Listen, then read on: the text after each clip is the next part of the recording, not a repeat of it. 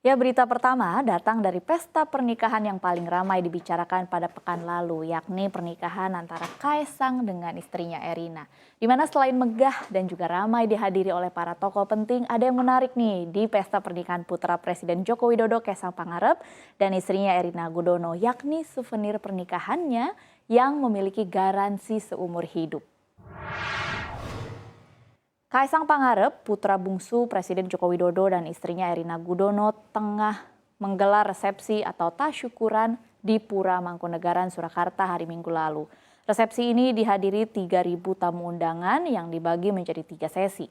Para tamu Royal Wedding diberi kesempatan untuk memberikan selamat kepada kedua mempelai di pelaminan.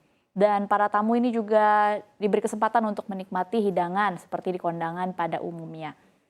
Sebelum meninggalkan lokasi resepsi, para tamu akan diarahkan ke meja souvenir, di mana souvenir yang diberikan berupa pouch serbaguna warna pink fuchsia dengan inisial K dan E yang melambangkan nama kedua pengantin Kaesang dan Erina.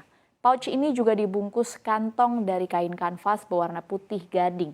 Menariknya, hadiah pernikahan ini dilengkapi dengan lifetime service warranty card alias kartu garansi seumur hidup. Adapun perusahaan yang memproduksi pouch ini adalah Elinor Line, UMKM yang berbasis di Jakarta.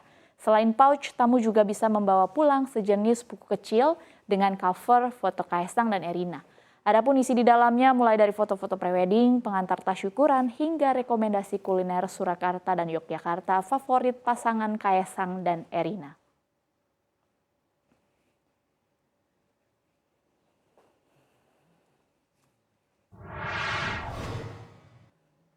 Perhatian bagi warga Jawa Barat, di mana Kementerian PUPR menyebutkan dan merekomendasikan kepada pemerintah Kabupaten Cianjur, Jawa Barat, agar daerah rawan bencana di sepanjang jalur sesar atau patahan geser aktif Cimandiri menjadi area non-hunian karena rawan kena dampak gempa bumi. Sementara itu, BMKG juga memberikan rekomendasi yang sama untuk jalur sesar Cugenang yang baru saja ditemukan. Sesar Cimandiri merupakan sesar paling tua atau umur kapur, membentang mulai dari Teluk Pelabuhan Ratu menerus ke timur melalui Lembah Cimandiri, Cipatat Raja Mandala, Gunung Tangkuban Perahu Burangrang, dan diduga menerus ke timur laut menuju Subang. Menurut Direktur Jenderal Perumahan Kementerian PUPR Iwan Suprijanto, banyak rumah warga yang mengalami kerusakan, mulai tingkat rusak ringan, sedang, hingga berat pasca gempa Cianjur. Hal ini membuat ribuan warga harus mengungsi ke daerah yang aman untuk sementara waktu. Berdasarkan peta BMKG, diperoleh informasi dan hasil foto udara zona bahaya patahan aktif atau sesar Cimandiri memiliki panjang sekitar 9 km dan membentang melewati 9 desa. Mulai dari Desa Ciherang hingga Desa Nagra, Kementerian PUPR meminta agar pemerintah daerah bisa lebih tegas dan mengkoordinir warganya agar tidak kembali ke hunian yang lama. Sebab Kementerian PUPR telah menyiapkan rumah tahan gempa dengan teknologi rumah instan sederhana sehat atau RISYA untuk relokasi hunian warga di lahan yang sudah disiapkan Pemda di Desa Sirnagalih, Kecamatan Cilaku yang lengkap dengan prasarana, sarana, dan utilitasnya. Hal ini dilakukan guna mengantisipasi terjadinya kerusakan rumah dan adanya korban jiwa jika terjadi bencana.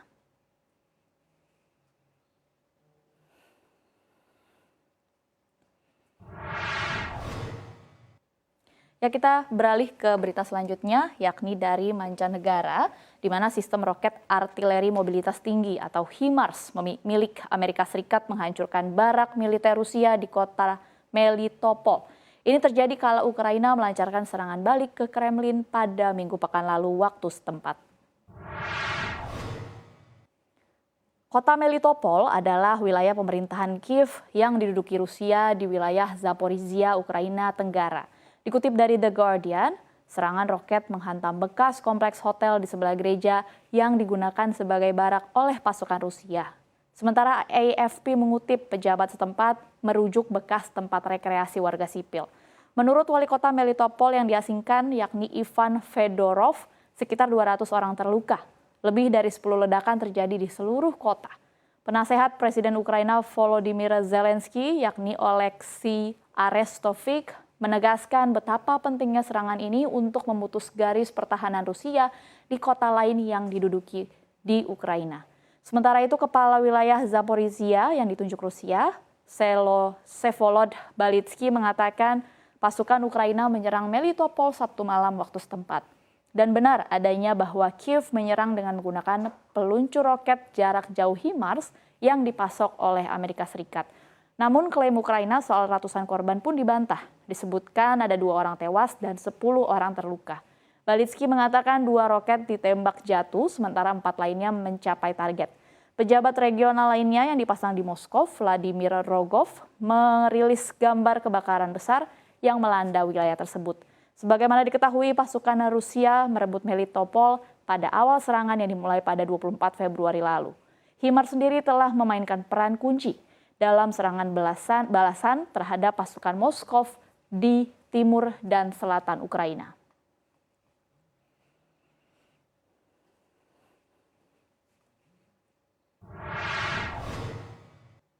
Kita beralih ke berita selanjutnya, di mana NATO terang-terangan menyebut potensi perang aliansi dengan Rusia.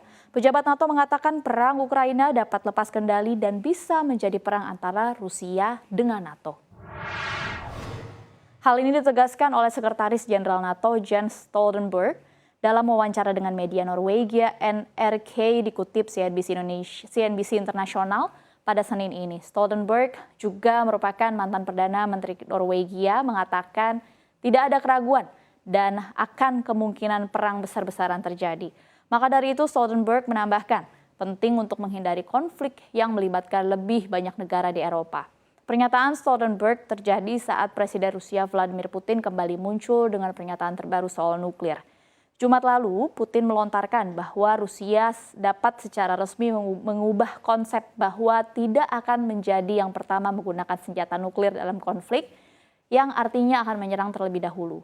Putin menyeret Amerika Serikat dalam pernyataan terbarunya ini, di mana Putin menyebutkan kebijakan Paman Sam soal melucuti senjata musuh duluan. Berbicara kepada wartawan, Putin mengatakan Moskow sedang mempertimbangkan apakah akan mengadopsi apa yang dia sebut sebagai konsep serangan preemptive Washington. Putin juga mengatakan bahwa Moskow pun mungkin perlu berpikir untuk mengadopsi ide-ide Amerika Serikat ini untuk memastikan keamanan negaranya sendiri, dan bahkan Putin pun menambahkan sistem hipersonik Rusia lebih modern dan bahkan lebih efisien daripada yang ada di Amerika Serikat.